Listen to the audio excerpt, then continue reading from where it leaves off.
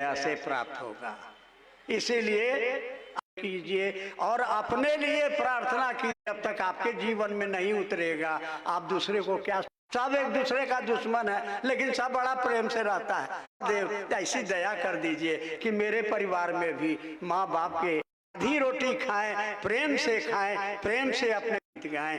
तो इसी संकल्प के साथ दुनिया के एक एक व्यक्ति, सारी दुनिया सहृदय हो, प्रेम की पराग से सारी दुनिया महक जाए, चार्ज करने के लिए हम इकट्ठे हुए हैं। और यहाँ से संकल्प लेकर के साथ आए हुए आप सभी भाई बहनों के चरणों में सादर प्रणाम निवेदित है।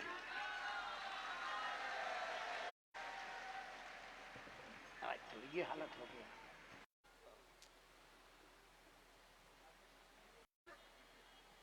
आइए कार्यक्रम की अगली कड़ी में भाई शिवम जी आप आइए। शिव और शक्ति कुछ श्लोक हैं जो हमारे आपके बीच में प्रस्तुत करेंगे। भाई शिवम।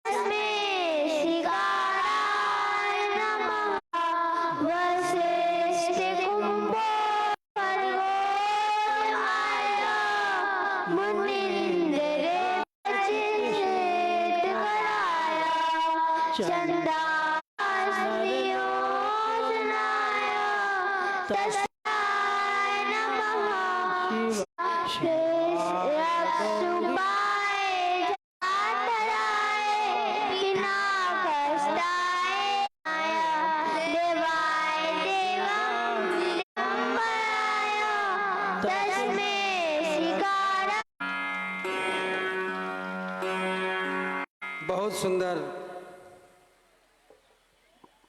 भाई शिव, आपके लिए प्रार्थना करता हूं अपने कि आपका जीवन शिवमय हो।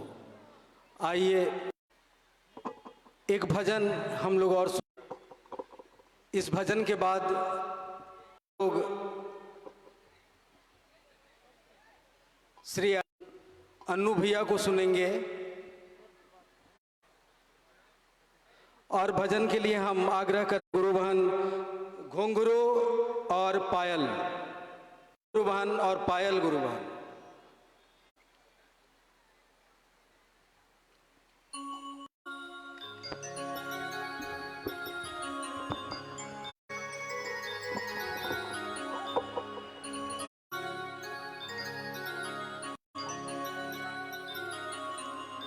पुनः आप सही भाई बहनों के चरणों में मेरा प्रणाम।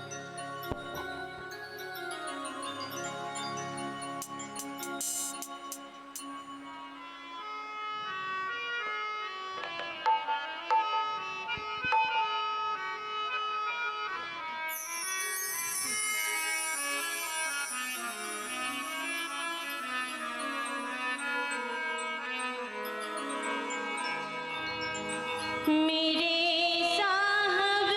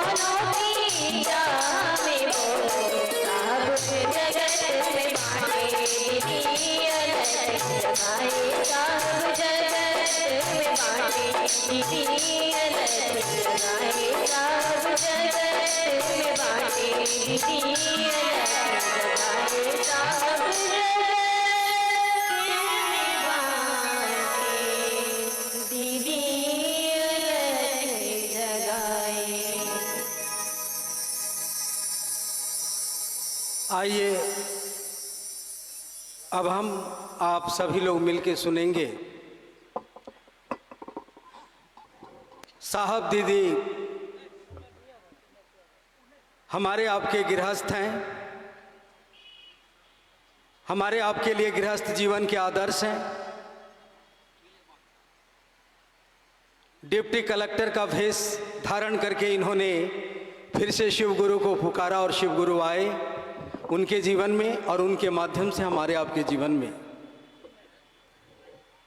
इस अप्रतिम आध्यात्मिक विधा के प्रवर्तक सह गृहस्थ कुल के आदर्श के संस्थापक साहब श्री हरिंद्रानंद जी, दीदी मां नीलम आनंद जी के ज्येष्ठ पुत्र हैं भैया श्री अर्चितानंद जी, और साहब दीदी के इस पावन आध्यात्मिक संकल्प में ये दोनों दीदी बरखानंद और भैया अर्चितानंद आज भी दिए और बाती की तरह जल रहे हैं, और साहब दीदी के आध्यात्मिक संकल्प की वेदी पर आज भी अखंड दिया संकल्प का जल रहा है कि जन जन के गुरु यथार्थ में शुभ हों। उस गृहस्थ के साहब दीदी के गृहस्थ कुल के ज्येष्ठ पुत्र हैं भैया अर्चितानंद जी। हम सभी आग्रह करते हैं कि वो आए हमारे आपके बीच, और हम सभी साहब दीदी के बागीचे के पुष्प हैं। आप आइए, आपका स्वागत है हमारे आपके हृदय में। मंच और माइक क्या, हमारे साहब दीदी हर एक दिल में रहते हैं, हर दिल की आवाज है साहब दीदी। दरबार में सच्चे साहब के दुख दर्द मिटाए जाते हैं, दुनिया के सताए लोग यहाँ सीने से लगाए जाते हैं। ये वो दरबार है, दुनिया के सताए लोग यहाँ सीने से लगाए जाते हैं। इसलिए आइए, हम सभी हृदय से स्वागत करते हैं आपका। अपनों से अपनी बात की कड़ी में आप हमसे कुछ कहिए, ऐसा कहिए कि हम 2 कदम आध्यात्म की दुनिया में चल सकें और चल सकें।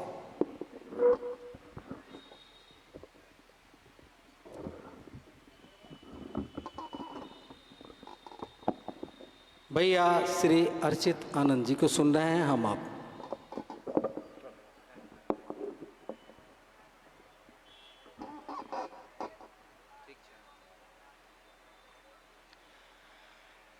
अपने गुरु महादेव साहब दीदी और सहरसा जिले के इस पवित्र प्रांगण में उपस्थित आप सभी को मेरा प्रणाम है।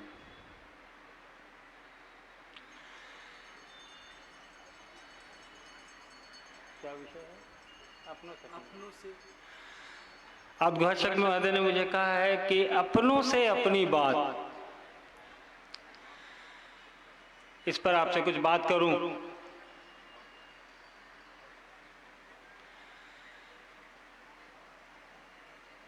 महादेव की बनाई सृष्टि में जो महादेव का चेला है, जो महादेव का शिष्य है, उसके लिए तो पूरी सृष्टि अपनी है, और जब पूरी सृष्टि अपनी है तो वो सबसे अपनी ही बात करेगा, चाहे वो शिव को गुरु मानने वाले हों अन्यथा न हो। वैसे भी महादेव का जो स्वरूप है, भगवान के रूप में आप देखें तो इस सृष्टि के रचयिता, गुरु के रूप में आप देखेंगे तो जगत गुरु। दोनों ही स्वरूपों में पूरी दुनिया में उनसे बड़ा कोई नहीं, उनसे श्रेष्ठ कोई नहीं। और हम और आप यहाँ बैठे हैं, यहाँ एकत्र हुए हैं, उनके एक ऐसे स्वरूप पर बात करने, बात सुनने, बात सुनाने और बात समझने को, जिस स्वरूप पर इस सृष्टि में बहुत ज्यादा बातें नहीं हुई। भगवान के रूप में तो हम लोग हजारों साल से उनको पूजते आए हैं, लाखों हजारों उनके मंदिर हैं, हम और आप वहां जाते आए हैं, आगे भी जाएंगे। महेश्वर शिव बैद्यनाथ, महादेव, देवों को देव, जाने कितने नामों से हम और आप उनको पुकारते हैं।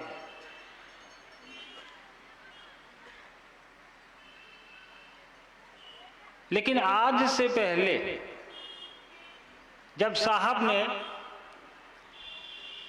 इस कालखंड की बात अगर हम करें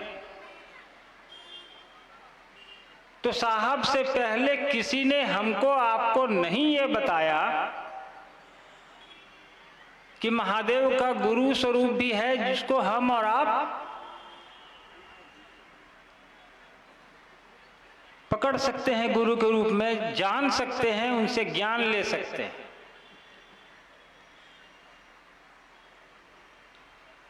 और महादेव के गुरु स्वरूप से जब जुड़ेंगे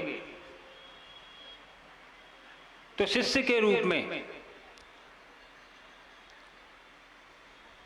हम और आप यहां जो भी उपस्थित हैं, ये शिष्य के रूप में ही बैठे हैं यहां। लेकिन हमें तो नहीं पता था ना कि महादेव के शिष्य भी हो सकते हैं धरती पर। किताबों में कुछ लोगों ने पढ़ा लेकिन वो सिर्फ किताबों तक ही रह गया। शिव पुराण में है, वेदों में है कि महेश्वर शिव गुरु का भी काम करते हैं। कुछ एक शिष्य हैं, प्रशिष्य भी हुए उनके, लेकिन वो हमारे आपके तक चीजें नहीं पहुंची। साहब ने इन चीजों को हमारे आपके बीच प्रस्तुत किया। हम उन चीजों में नहीं जाएंगे कि साहब को ये चीजें कैसे प्राप्त हुई, 3 सूत्र कहाँ से आया। ये वह वो सभी लोग जानते हैं जो साहब को जानते हैं, जो शिव की शिष्यता को समझते हैं, वो भी ये जानते हैं कि ये 3 सूत्र का क्या महत्व है। हमारे से पहले जो भी वक्ता आए होंगे उन्होंने भी आपको बताया होगा। आवश्यकता है उस 3 सूत्र को समझने की, उसको अपनाने की। साहब के वो 30-40 सालों की तपस्या का निचोड़ है वो 3 लाइन,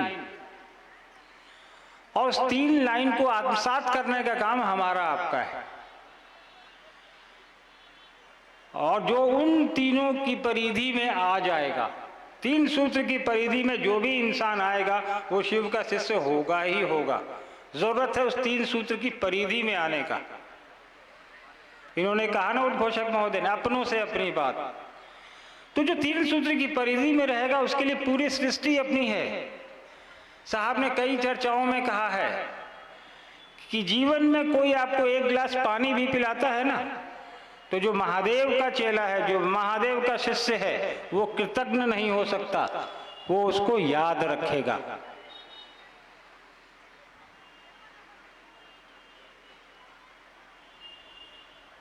अभी मैं जब उद्घोषक महोदय ने मुझे बुलाया तो मैं अभी मिला, आप लोग देख रहे होंगे हमारे ठीक पीछे बैठे हैं, मेरी नज़र चली गई।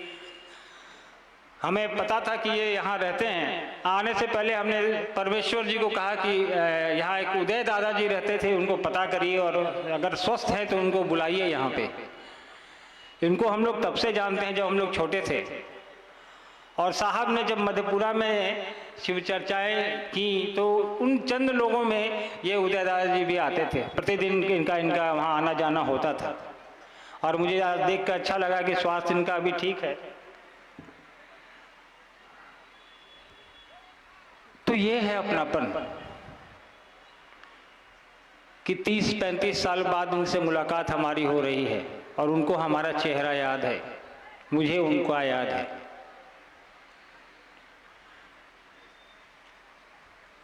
तो साहब कहते थे कि मैं हर उस आदमी का एहसानमंद हूं जिसने कभी ना कभी गुरु कार्य में उनके कदम से कदम मिलाकर साथ चला है।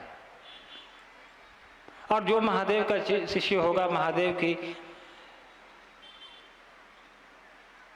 गुरु स्वरूप से जुड़ेगा और साहब के हिसाब से चल रहा है, साहब की बातों को सुन रहा है, समझ रहा है, उनके 3 सूत्र को अपने अंदर आत्मसात किए हुए है, उसके लिए कहीं और कुछ भी करने की आवश्यकता नहीं है। साहब ने क्यों कहा कि ये 3 सूत्र करो? इसी 3 में सारी चीजें हैं।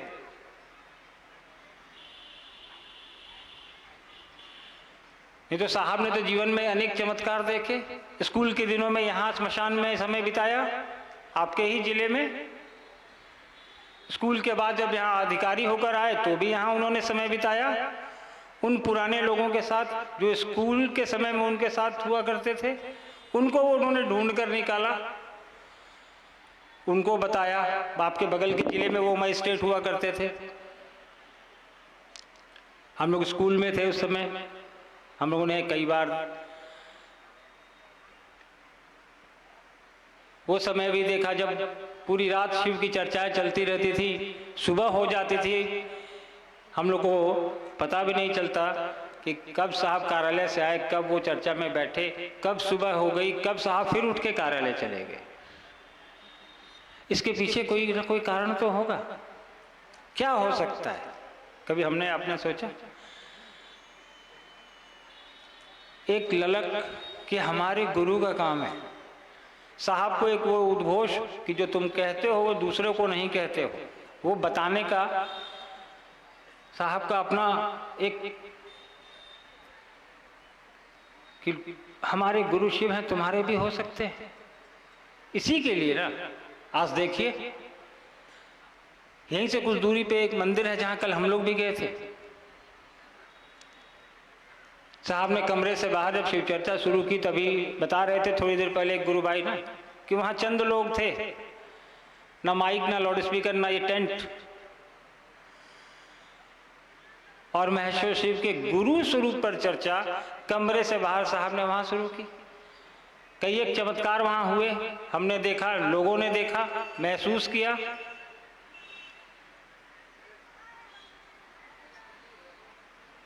और साहब को तो वैसे भी इस मिट्टी से लगाव रहा है। यहाँ से तबादला होकर पटना जाने के बाद भी कई एक वर्षों तक वो यहाँ आते रहे।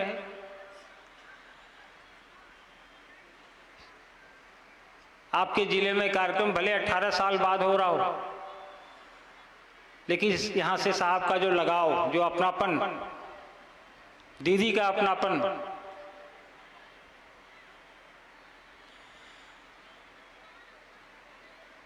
वो अंत समय तक दीदी का बना रहा। दीदी को लोग समझते ही नहीं थे कि ये पलामू की रहने वाली हैं।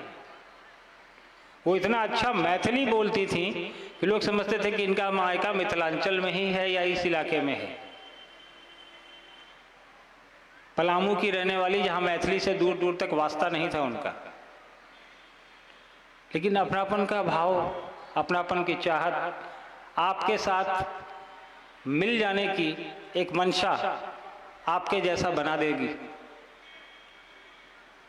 ठीक उसी तरह जैसे गुरु के सानिध्य में शिष्य भी गुरु की तरह होता है। गुरु चाहता है कि शिष्य भी हमारी तरह बन जाए। किसी भी गुरु का क्या काम है? अपने चेला को अपनी तरह बनाना या अपने से बेहतर बनाना। गुरु तो यही चाहता है ना। कहा जाता है ना कि किसी इंसान को अगर समझना है, किसी इंसान को अगर परखना है तो ज्यादा कुछ देखने की जरूरत नहीं है। उस इंसान का संबंध उसके माता पिता से कैसा है ये देख लो, बहुत कुछ उस इंसान के बारे में तुम जान जाओगे। ठीक उसी तरह किसी गुरु के बारे में परखना है कि वो गुरु का काम कैसा कर रहा है तो उसके शिष्यों को देख लो, उसके गुरु का अंदाजा तुमको लग जाएगा। तो हम और आप जिसके शिष्य हैं, हमारा आपका आचरण भी वैसा हो। महादेव के शिष्य की शिष्टता की बात करते हैं। साहब और दीदी ने अपना पूरा जीवन लगा दिया इसमें। अभी प्रोफेसर साहब ने कहा ना कि साहब हॉस्पिटल में थे, वहाँ भी कहते थे कि देखो गुरु भाई लोग आए हैं, उनको पानी मिला कि नहीं, उनको सत्तू मिला कि नहीं। अंदर आईसीयू में जाते थे तो सभी डॉक्टर्स को कहते थे कि इन डॉक्टर्स को 2 शिष्यानुभूति और 3 सूत्र कार्ड इनको बताओ। ठीक उसी तरह दीदी भी एम्स में जब भर्ती थी, बगल वाले बिस्तर पर कई एक लोगों को उन्होंने महादेव से जोड़ा। लोग आते गए, शिव शिष्य बनते गए। बिस्तर से छुट्टी होती गई, वो घर चले गए।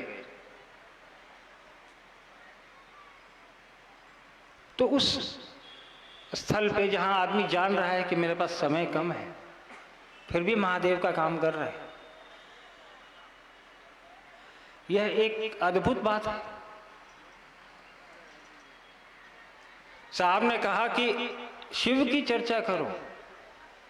चर्चा में 3 सूत्र दिए उन्होंने, कहा कि चर्चा में कोई खर्चा नहीं लगता, चर्चा में कोई खर्चा नहीं लगता। हाँ, चर्चा की व्यवस्था में भले खर्चा लगता हो। 3 सूत्र करने में कौन सा खर्च? कोई खर्च नहीं। साहब ने कहा कि ना इसमें दीक्षा लेनी है ना दीक्षा देनी है, न कान में मंत्र देना है ना कान में लेना है। आप कौन सी जाति से आते हैं, कौन से धर्म से आते हैं, क्या पहनते हैं, क्या खाते हैं, इससे आपको कोई वास्ता नहीं है और हो भी नहीं सकता, क्योंकि महादेव की बनाई सृष्टि में बंधन लगाने वाले हम और आप नहीं हो सकते, क्योंकि वो उसने बनाई है। हर वो इंसान जो इस धरती पर आया है वह यह पात्रता रखता है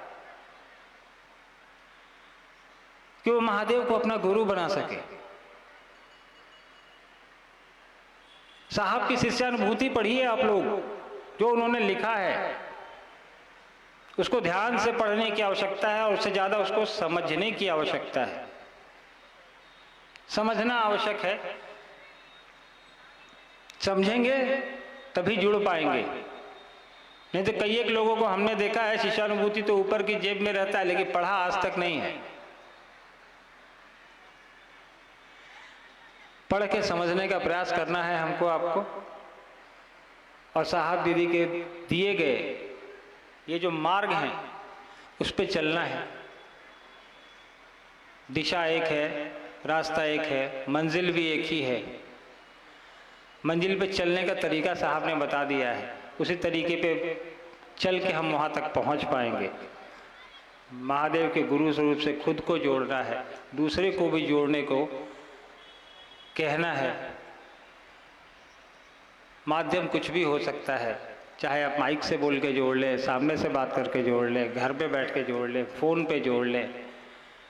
आवश्यकता है अपने गुरु की बात दूसरे तक पहुंचाने की। 3 सूत्र का एक सबसे ज़रूरी सूत्र है ये कि आप लोगों तक अपनी बात पहुंचा दें, क्योंकि 3 में से 2 काम तो हम लोग अपने लिए करते हैं। दया की मांग करते हैं तो हम लोग अपने लिए करते हैं, नमन करते हैं नमः शिवाय से, वो भी अपने लिए करते हैं। हम लोग कहते हैं ना मैं आपका चेला हूँ, उस पर दया करिए, हम अपने लिए मांगते हैं उनसे, नमन करते हैं, उस नमन को प्रणाम निवेदित करते हैं, हम खुद से करते हैं। लेकिन जो चर्चा करते हैं दूसरे से, वो हम अपने गुरु की करते हैं कि हमारे गुरु का नाम दूसरे भी लें, उनसे जुड़ के जो मुझे अनुभूति हो रही है, जो मुझे प्राप्त हो रहा है, वो उनको भी हो। तो 2 के साथ ये 3 सूत्र, मतलब तीनों ही सूत्र अति आवश्यक है। इसको करने का प्रयास करना है। ज़्यादा समय नहीं लूँगा, काफ़ी वक्त हो चुका है, मैदान में गर्मी भी है। आप लोग इतने संयम से बैठे हैं, ये प्रशंसा की बात है। काफ़ी दिनों बाद सहरसा में आने का सौभाग्य प्राप्त हुआ। ऋषियों मनीषियों की धरती है ये। कल कुछ मंदिरों में जाने का सौभाग्य प्राप्त हुआ, कुछ जगह नहीं जा पाए। इस उम्मीद के साथ कि अगली दफ़े आएंगे तो आप लोग से पुनः मुलाकात होगी, इससे बड़े मैदान में होगी और दोबारा इस धरती पर आने का सौभाग्य मिले, इसी कामना के साथ आप सभी को मेरा प्रणाम है। धन्यवाद।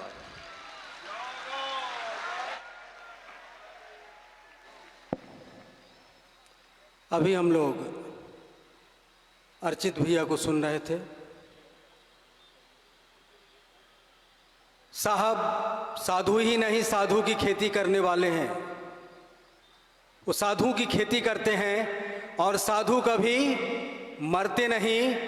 इसलिए साहब कल भी हमारे साथ थे, हैं और सदा साहब दीदी हमारे साथ रहेंगे। यह हम सबको सदा स्मरण रहे। सदा स्मरण रहे कि साहब दीदी साथ थे, हैं और रहेंगे, क्योंकि इस महासाधु साहब श्री हरिंद्रानंद जी कभी यहाँ से विदा नहीं लेंगे, हमारे और आपके दिल से कभी विदा नहीं लेंगे, आने वाले कल से कभी विदा नहीं लेंगे, क्योंकि जन जन को शिव गुरु के आश्रय में ले जाना इनका संकल्प है। आइए इस भजन के बाद हम लोग दीदी बरखा आनंद जी को सुनेंगे। भजन के लिए हम आमंत्रित करते हैं भाई चंदन जी सहरसा, और इस भजन को गौर से सुनिएगा। साहब दीदी, साहब खासकर साहब के आगमन की घड़ी से और उनके विचरण, आध्यात्मिक विचरण की घड़ी का प्रतीक है ये भजन, और उसको आवाज दे रहे हैं भाई चंदन जी।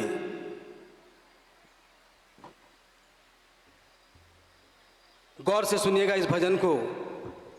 इसमें साहब के आगमन, आध्यात्मिक विचरण की ध्वनि तरंगित होगी हमारे आपके बीच अभी। गौर से सुनिएगा, शांति बनाए रखिए, आप जहां हैं बैठे रहिए। इस भजन के बाद हम लोग दीदी बरखा आनंद जी को सुनेंगे काफी शांति प्रिय ढंग से, गंभीरता से। हेलो भाई चंदन जी। हेलो हेलो हेलो हेलो जी। हेलो हेलो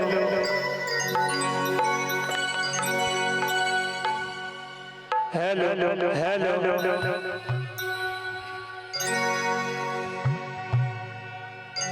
इस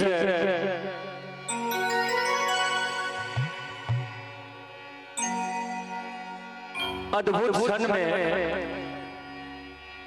साहब दीदी के चरणों में प्यारा सा भजन मैं प्रस्तुत कर रहा हूँ। महादेव गुरु नाम के ही नहीं काम के हैं,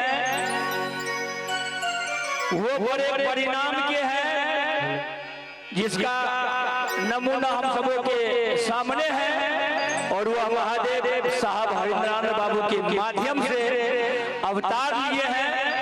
कहाँ लिए हैं, साहब के माता का नाम क्या है, पिताजी के नाम क्या है, सारा कुछ इस भजन में निहित है। आप लोग गौर कीजिएगा।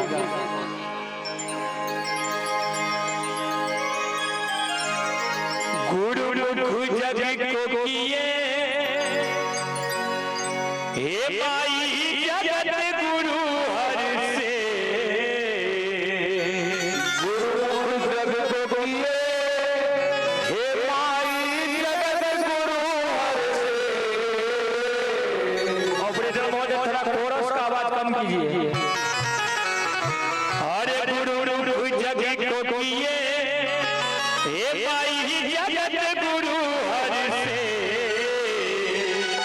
शिव साक्षात शिवान में आके गुरु जग को किए, शिव साक्षात शिवान में आके गुरु जग को किए, शिव साक्षात शिवान में आके गुरु जग को किए, शिव साक्षात शिवान में आके गुरु जग को किए, ये गुरु जग को किए, ये माई जगत गुरु हर से, गुरु जग को किए, ये माई जगत गुरु हर से, शिव साक्षात शिवान में आके गुरु जग को किए, शिव साक्षात शिवान में आके गुरु जग को किए।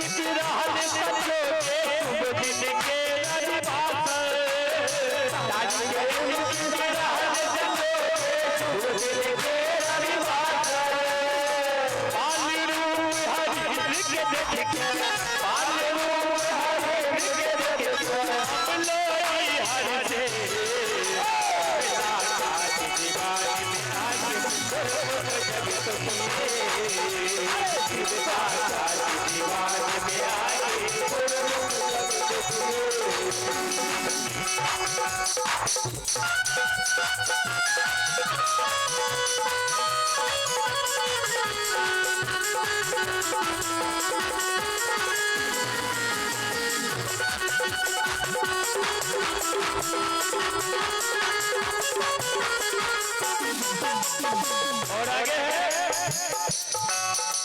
साहब के माता पिता, ये सब जरूर पड़ जाता है क्षेत्र में, हम लोग कार्यक्रम में जाते हैं तो इसलिए गौर कीजिएगा। हे माता राधा के आंचल में शिव का हाथ खिलावे, माता राधा के आंचल में शिव का हाथ खिलावे, माता राधा के आंचल में शिव का हाथ खिलावे, माता राधा के आंचल में शिव का हाथ खिलावे। जगदीश माता भूमिका एक मुदित मन हर दे, माता राधा के आंचल में शिव का हाथ खिलावे। विश्वनाथ जगत में शिव के सगरे घुमावे, बाबू विश्वनाथ जगत में शिव के सगरे घुमावे, ये बाबू विश्वनाथ जगत में शिव के सगरे घुमावे, बाबू विश्वनाथ जगत में शिव के सगरे घुमावे। कोटि कोटि नमन साहुनिका, कोटि कोटि नमन साहुनिका, कोटि कोटि नमन साहुनिका, कोटि कोटि नमन साहुनिका। शिव गुरु रघुनि दिए, शिव दाता दीवान में आके गुरु गुरु जगत किए, शिव दाता दीवान में आके गुरु गुरु जगत किए, हे गुरु गुरु जगत किए, हे माई ही जगत गुरु हर दे, गुरु गुरु जगत किए, हे माई ही जगत गुरु हर दे, शिव दाता दीवान में आके गुरु गुरु जगत किए, शिव दाता दीवान में आके गुरु गुरु जगत किए।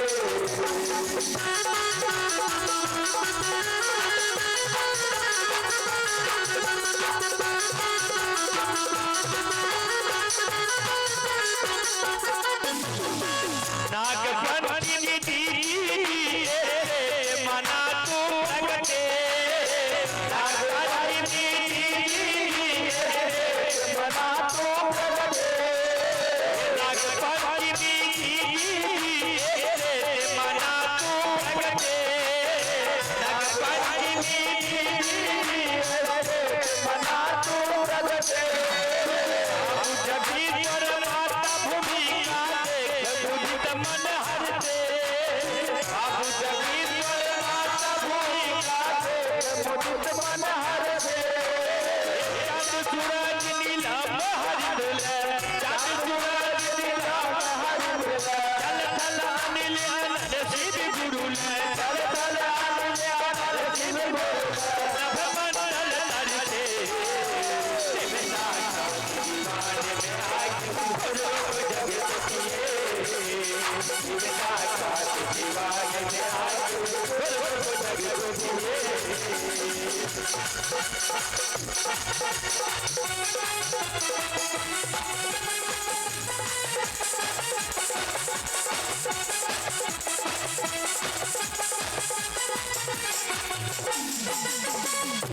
और साहब और दीदी का वैवाहिक गीत याद कीजिएगा।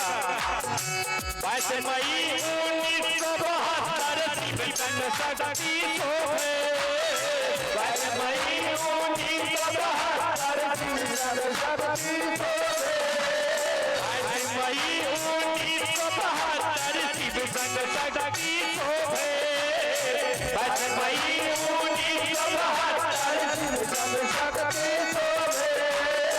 लाल एक हमर साहब के देख के सभी के दिया डरावे, लाल एक हमर साहब के देख के सब के दिया डरावे, लाल सबके जिया डरावे लाला लड़क हमर साहब के देख के सबके जिया डरावे अरे बात करत तू पीतल जहिना बात करत तू पीतल जहिना बात करत तू पीतल जहिना बात करत तू पीतल जहिना जगत गुरु रखगे शिवता का दीवाने आके रूप जगत किए शिवता का दीवाने आके रूप जगत किए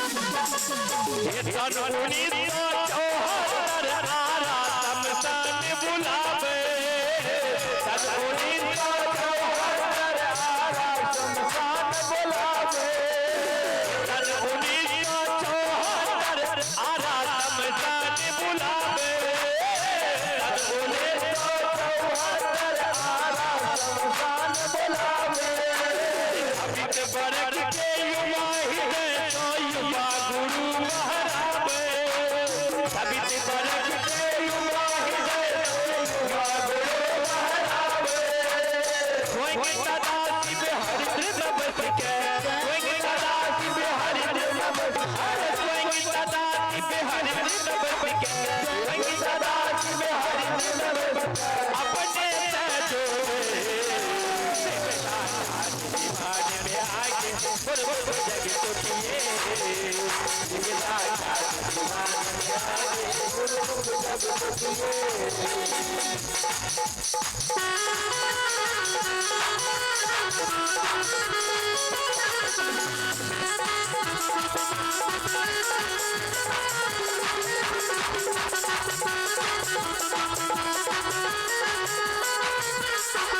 साहब में बैठ गुरु के करा गुरु के सेवा साहब में बैठ गुरु के करा गुरु के पूजा अरे साहब में बैठ गुरु के करा गुरु के पूजा साहब में बैठ गुरु के करा गुरु के पूजा ये दया के दाता शिव गुरु ही और न कोई दूजा दया के दाता शिव गुरु ही और न कोई दूजा ये महासार शिव बैठे हरि दरबार शिव बैठे हरि ये महासार शिव बैठे हरि दरबार शिव बैठे हरि बीबी को शिव पिए भजन की अंतिम पार्टी है मैं निवेदन करूंगा मुख्य अतिथि बरखा दीदी अनु भैया के स्वागत के लिए सिर्फ मीठी मीठी ताली शिवता छाती दीवाने में आके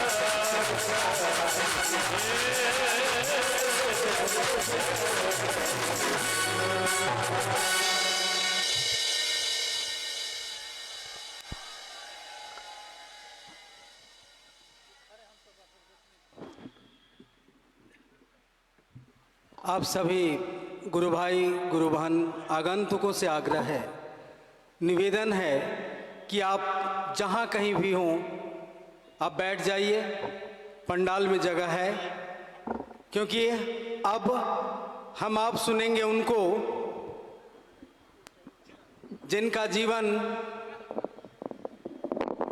वरेण्य गुरु भ्राता साहब श्री हरिंद्रानंद जी और दीदी माँ नीलम आनंद जी का जो पावन आध्यात्मिक संकल्प है उसको समर्पित है। रात दिन 24 घंटे साहब दीदी के उस संकल्प के प्रति उनकी दीवानगी को सलाम करता हूं। और वो हैं दीदी बरखा आनंद जी, जो हमारे आपके बीच सदैव उपस्थित हैं। शिव गुरु के साथ साहब दीदी के सानिध्य में घटित यह महोत्सव, यह विराट शिव गुरु महोत्सव के इस मंच पर उनको आमंत्रित कर रहे हैं हम सभी। उनका स्वागत है, वो हमारे आपके बीच उपस्थित हैं। हम आप गंभीरता से उनको सुनेंगे, साहब दीदी से आशीर्वाद मांगेंगे। विषय है इनका आओ चले शिव की ओर। कुछ जिज्ञासाएं आई हैं गुरु भाई गुरु बहनों को, उसका समाधान भी इनसे सुनेंगे। दीदी बरखा आनंद जी।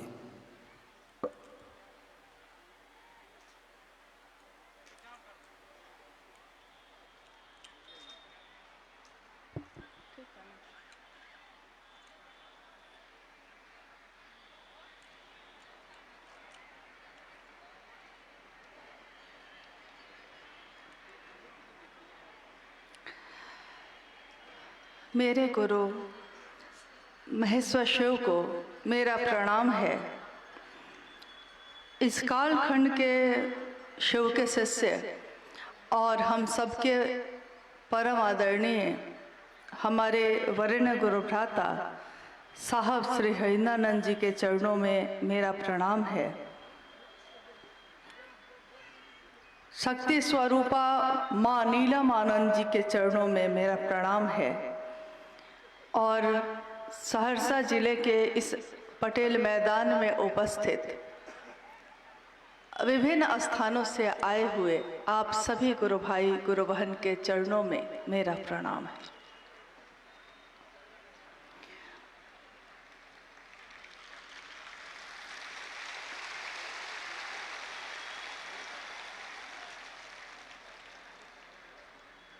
हम सबका परम सौभाग्य है कि अपने गुरु शिव के कार्य के हेतु इस स्थान पे आना हुआ और आज हम सब एक शिव गुरु महोत्सव का जो आयोजन हुआ है उसके हिस्से के रूप में आज हम सब बैठे हैं यहाँ।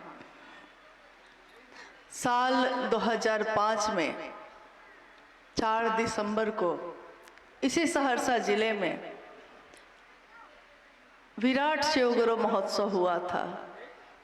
हमारे साहब सशरीर इस धरती पे पधारे और मेरा सौभाग्य है कि उनके संग मुझको भी आने का अवसर मिला था। उसके बाद का ये समय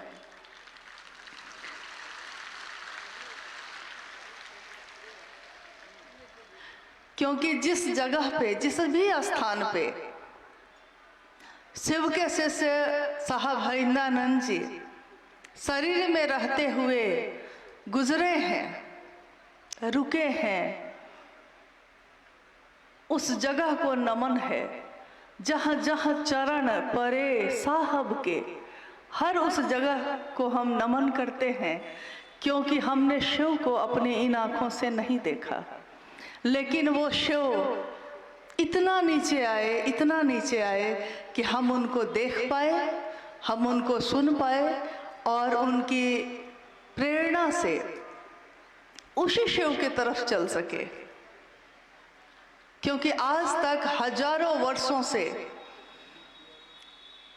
शिव की पूजा इस भारत देश में तो होती ही रही है। भारत के अलावा अनेक देशों में शिव की पूजा हुई है। कुछ वर्ष पूर्व दक्षिण अफ्रीका में हजारों वर्ष पुराना एक विशाल शिवलिंग खुदाई में निकला और लोग हतप्रभ रह गए कि शिव की पूजा एकमात्र शिव ही ऐसे हैं जिनकी पूजा पूरे विश्व में हर स्थान पे हुई समान रूप से। देवों के देव कहे गए वो महादेव, काल से परे काल भी जिनसे डरता है, महाकाल। आज इस आयोजन में, अभी तक की चर्चाओं में हम सब बैठकर सुन रहे थे कि साहब हरिंद्रानंद जी ने शिव को गुरु बनाने की बात कही है, और हम लोग आवाहन भी कर रहे हैं, पुकार भी रहे हैं, अनुरोध भी कर रहे हैं कि ये साहब की बात है, शिव को अपना बनाइए। और अपना कैसे बना सकते हैं, इसके लिए 3 सूत्रों का सहारा लीजिए, क्योंकि हम सब ने अपने जीवन में जो समझा है वही हम दूसरों में बांटने की कोशिश कर रहे हैं। हम सब दिख रहे हैं, लेकिन कर हम सब नहीं रहे हैं, क्योंकि जो भी काम हम आज कर रहे हैं, यानी शिव गुरु की चर्चा करते हैं, अपने गुरु शिव से दया मांगते हैं, शिव की चर्चा करते हैं, शिव को नमन करते हैं, ये तीनों सूत्र को बताने वाले ये कौन है? क्योंकि जब तक हम किसी काम के, किसी चीज के महत्व को नहीं समझेंगे, हम ना तो उसके अनुसार काम कर सकेंगे और ना ही हमारे जीवन में उस काम का वो परिणाम आएगा जो साहब हरिंद्रानंद जी ने सपना देखा, माँ नीलमानंद जी ने जिसका अलख जगाया। जो अभी एक गुरु बहन गा रही थी, साहब ने शिव शिष्यता बांटी शिव शिष्य के रूप में, और शिव शिष्या के रूप में दीदी नीलमानंद जी ने अलख जगाया। 4 दिसंबर को जब हम लोग आए थे इस धरती पे, उस मैदान में सबसे पहला बैनर जो मेरी आंखों के सामने से गुजरा था, जिस कार्यक्रम में साहब सशरीर आए थे, उस पे लिखा था कि शिव गुरु कार्य के में चलने वालों के लौकिक कांटों को मैं चुन लूंगी, छाया बनकर सदैव उनके साथ रहूंगी, बशर्ते गुरु कार्य में बेईमानी नहीं। और ये वाणी लिखी थी दीदी नीलमानंद जी की। ये धरती ऊर्जा से ओतप्रोत है, शक्ति का क्षेत्र है, मिथिला का सारा क्षेत्र। शिव का की शक्तियां तो सारा जगत संचालित करती हैं, सिर्फ मिथिला ही थोड़ी, सब जगह को संचालित करती हैं। लेकिन आइए हम सब अपने स्थान पे बैठे हुए कुछ समय के लिए अपने मन को पूरी तरह अपने गुरु शिव के तरफ ले जाते हैं और कल्पना करते हैं, क्योंकि एक इंसान सिर्फ कल्पना कर सकता है।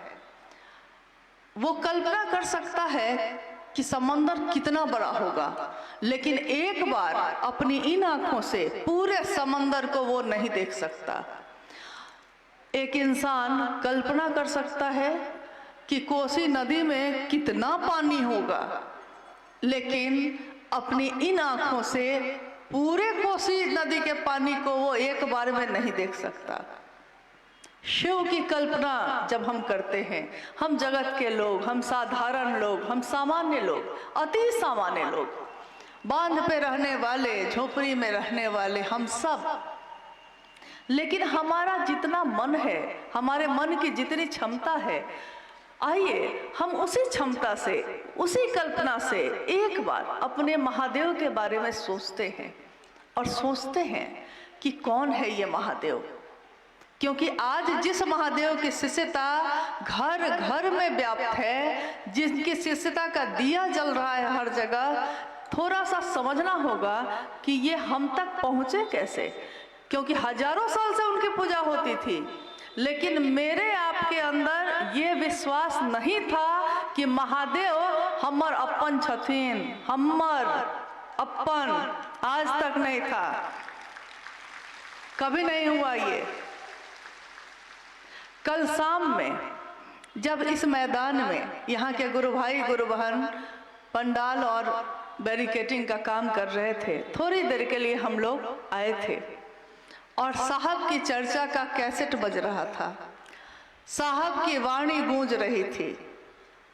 ये धरती आपका, वो महादेव को कह रहे हैं उस चर्चा में, ये धरती आपकी, ये जल आपका, ये अग्नि आपकी, ये हवाएं आपकी, ये आकाश आपका, सब कुछ महादेव आपका। ये पंक्ति सुनकर बिल्कुल मुझको कोई संशय नहीं है कि मेरे साहब आज यहाँ उपस्थित नहीं है। मैं उन्हीं के साथ आई, हमेशा हम सब उन्हीं के साथ तो जाते हैं। और कल्पना करने की जो बात हमने कही अभी, सोचिए साहब कह रहे हैं ये धरती आपकी, यानी ये पांचों तत्व की बात साहब कह रहे हैं। 5 तत्व से दुनिया बनी, 5 तत्व से हम और आप बने, ये शरीर बना। शास्त्र कहते हैं और हमारे विद्वान कहते हैं कि जब ये दुनिया नहीं बनी थी, महाशून्य था, कहीं कुछ नहीं था, सब कुछ शांत, कुछ भी घोर नहीं था, अघोर अवस्था में, यानी कि कहीं कोई तरंग नहीं, कहीं कोई हलचल नहीं, महाशून्य था। उस महाशून्य में शिव की जो शक्तियां सोई थी, सुषुप्तावस्था में थी, उस शिव ने, कहते हैं ना अकेले रहते रहते कभी वो ईश्वर भी तो परेशान हुआ होगा, उस शिव ने इच्छा की, एको हम बहुश्याम, मैं एक हूँ बहुत हो जाऊं। और शिव की इच्छा में इतना बल है, इतना बल है कि शिवेच्छा बली यसी, शिव की इच्छा से बड़ा बल कोई नहीं। शिव ने इच्छा की, इच्छा करते ही सृष्टि, यानी ये दुनिया सृष्टि बनी, तुरंत सृष्टि की इच्छा की है और सृष्टि बनी है। आकाश बना, वायु बनी, अग्नि, जल और ये मिट्टी। एक बार मैंने साहब से खुद पूछा था कि साहब हम एक सामान्य इंसान हैं, हम शिव की कल्पना नहीं कर पाते, लेकिन वो शिव, उनमें कितनी ताकत आखिर होगी। आदमी सोच तो सकता ही है कितनी ताकत होगी, कितनी ऊर्जा होगी, कुछ तो उसके बारे में उदाहरण दिया जा सकता है। साहब ने कहा था, चारों दिशाएं जिसका वस्त्र हो, 4 दिशाएं हैं ना, 4 दिशा हम लोग कहते हैं ना, उत्तर दक्षिण पूरब पश्चिम, ये चारों दिशाएं जिसका वस्त्र हो और करोड़ों बिजलियों की जो चमक है, करोड़ों बिजलियां जिसका आहार हो, यानी वो शिव करोड़ों बिजलियों का भोजन करते हैं। और ये सबसे नीचे का तत्व माना गया है, यानी सबसे स्थूल, नीचे का नहीं, स्थूल, जिस पे हम अपने 5 ज्ञानेंद्रियों से हम उसको छू सकते हैं, सूंघ सकते हैं, स्वाद ले सकते हैं, आंखों से देख सकते हैं, सुन सकते हैं। हमारी 5 ज्ञानेंद्रियां काम करती हैं जिस पे, वो है मिट्टी। और साहब कहते हैं कि ये क्षिति का तत्व जो है, ये मिट्टी का जो तत्व है, इस तत्व में कितनी ताकत है। उन्होंने कहा कि करोड़ों बिजलियों की चमक एक साथ, अगर वो करोड़ों बिजलियां गिरे तो जितनी ताकत होगी, मिट्टी के एक परत में, एक कण में वो ताकत है।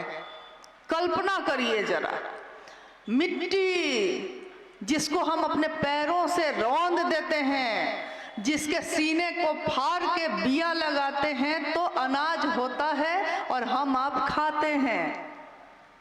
सोचिए, उस मिट्टी की ताकत इतनी है कि आदमी आज तक सोचा कि बना सकेगा, मिट्टी नहीं बना सका। शिव की बनाई हुई 5 तत्वों में से कोई तत्व आज तक कोई इंसान बना नहीं सका। जो है उसका उपयोग या उसका दुरुपयोग कर सका, बना नहीं सका। और वो शिव, उससे थोड़ा और सूक्ष्म जाइए तो जल है, उसमें 4 ज्ञानेंद्रिय काम करती है। उससे थोड़ा और ऊपर जाइए, अग्नि है, 3 ज्ञानेंद्रिय काम करती है। उससे और ऊपर जाइए, हवा है 2, उससे ऊपर आकाश है 1, और उससे ऊपर चले जाइए तो ज्ञानेंद्रिय काम नहीं करती। न देख सकते हैं, न सुन सकते हैं, न छू सकते हैं, न तो स्वाद ले सकते हैं। सोचिए उस सत्ता से हमारी आपकी क्या औकात होगी कि हम मिल सके, कि हमारे दिलों में उतर सका। वो हुआ कैसे? ये इस काल खंड में, इस दुनिया में ये काम हुआ कैसे? कौन है वो जो यहाँ उतरा था और जिसने उस शिव की असीम ऊर्जा को, अक्षय स्रोत को इतना सरल, इतना स्थूल बनाया कि इस दुनिया में, इस जगत में रहने वाले लोग उस शिव को एहसास कर सके, उस शिव को के बारे में अपने दिल में, वो उनके दिल में धड़क सका। और यहाँ तक कि अभी आपने भजन सुना, भाई चंदन जी गा रहे थे, जे कहियो शास्त्र पुराणों न पढ़ ले। जो शास्त्र और पुराण नहीं पढ़ा, कहते हैं, साहब ने कहा है कि शिव ज्ञान देते हैं तो शास्त्र आरेखित होते हैं। शिव ज्ञान उतरता है किसी में तब शास्त्र लिखे जाते हैं। तो उस शिव के सामने शास्त्र का भी कोई महत्व नहीं। तो जे कहियो शास्त्र पुराणों न पढ़ लई, हिंदी और अंग्रेजी नहीं पढ़ा, से चर्चा धुर झाड़ करे छे। सो चर्चा कर रहा है किसकी? शिव की। जे चर्चा धुर झाड़ करे छे, 12 महीना शिव की चर्चा किए जा रहा है। ये ज्ञान निकलता कहाँ से है? वो महादेव उतरे कैसे? ये कौन उतारा? मेरे आपके अंदर तो पहले था नहीं। तो हम कहते हैं कि उनका नाम है हरिंद्रानंद। धरती ने उनको नाम दिया हरिंद्रानंद। और सोच लीजिए, कल्पना कीजिए कि जिसने शिव की उस ऊर्जा को धरती तक उतार लिया है, उन साहब हरिंद्रानंद में क्या ऊर्जा होगी? जो आए शरीर में, दिखे सामान्य, साधारण ढंग से कुर्ता पजामा पहने हुए, सामान्य व्यक्ति की तरह पान खाते हुए, मुस्कुराते हंसते हुए, दुख और सुख सहते हुए, धरती की चोटें बर्दाश्त करते हुए, वो कौन है जो आए भी, इस धरती पे रहे भी, और शरीर से, इस धरती से शरीर नष्ट हुआ। 5 तत्वों का शरीर था, 5 तत्वों में मिल गया, लेकिन ये 5 तत्व किसके हैं? तो शिव के हैं। और साहब कहाँ मिले? तो इन 5 तत्व में। धरती पे तो हम बैठे हैं, यानी इसके कण कण में शिव के साथ वो साहब हरिंद्रानंद भी हैं। हवाएं सांस ले रहे हैं हम लोग, नमः शिवाय करते हैं अपनी सांसों से, हर सांस के साथ, क्योंकि ये सांस मेरी भी है, आपकी भी है, लेकिन हमारी सांस में ये ताकत नहीं थी कि वो शिव अपना प्राण मंत्र मेरी या आपकी सांसों में उतार सकता था। नहीं उतार सका। उसके लिए भी तो क्षमता चाहिए, उसके लिए भी तो योग्यता चाहिए। तो उन्होंने अपने हवा के झोंके से 5 तत्वों का ही सहारा लिया है। हवा के झोंके के साथ साहब हरिंद्रानंद जी के श्वास में नमः आया शिवाय उतर गया।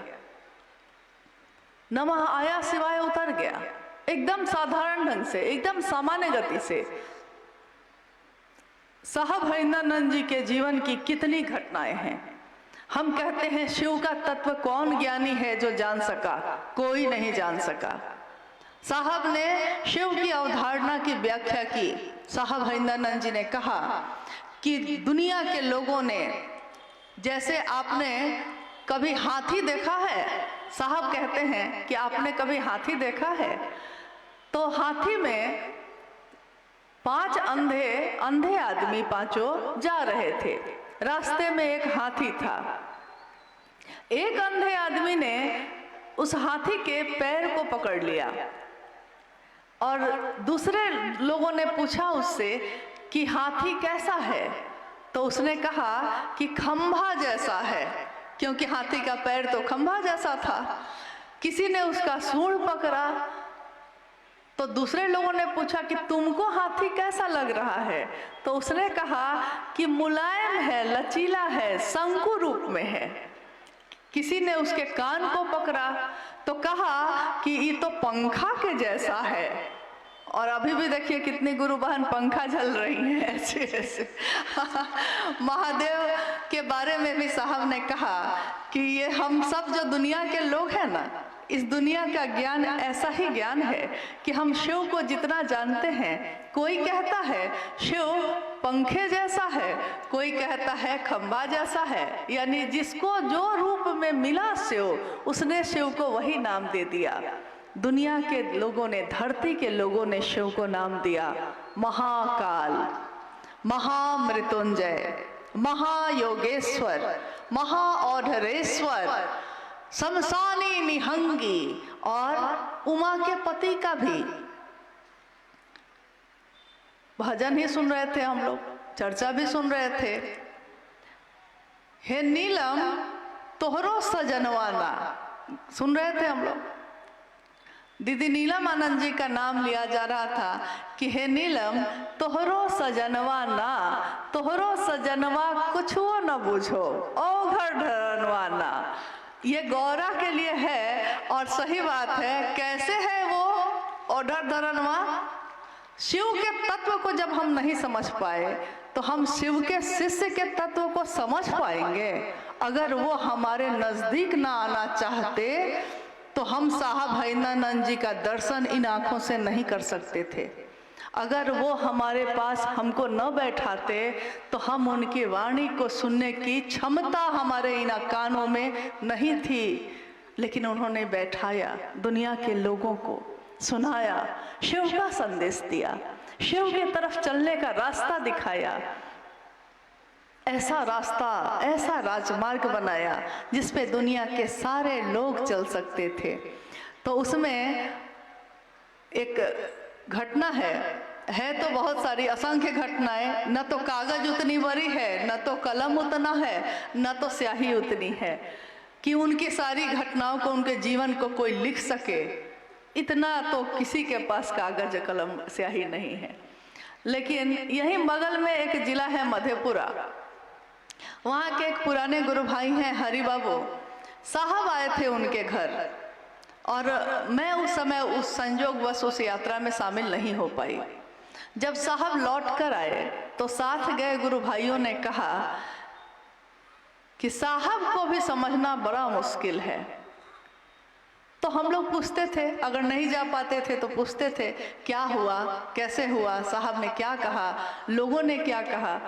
तो गुरु भाइयों ने बताया कि साहब कुर्सी पे बैठे थे, कुछ गुरु भाई लोग इधर खड़े थे, कुछ गुरु भाई बहन इधर खड़े थे। अब साहब यहाँ बैठे हैं तो कोई उधर से गुजर नहीं रहा है, लेकिन एक काम आ गया। तो एक गुरु भाई बाईं तरफ से दाईं तरफ जाने लगा। तो जब वो गुरु भाई जाने लगे तो उनको लगा होगा ना कि साहब बैठे हैं तो प्रणाम कर लेते हैं। तो वो गुजरते गुजरते साहब को प्रणाम करने लगे। तो साहब हमेशा कहते थे कि जानती हो, हर जिला के लोग अलग अलग तरह से प्रणाम करते हैं, सबका अपना अपना स्टाइल है। तो सहरसा का क्या है? तो सहरसा का ऐसे है।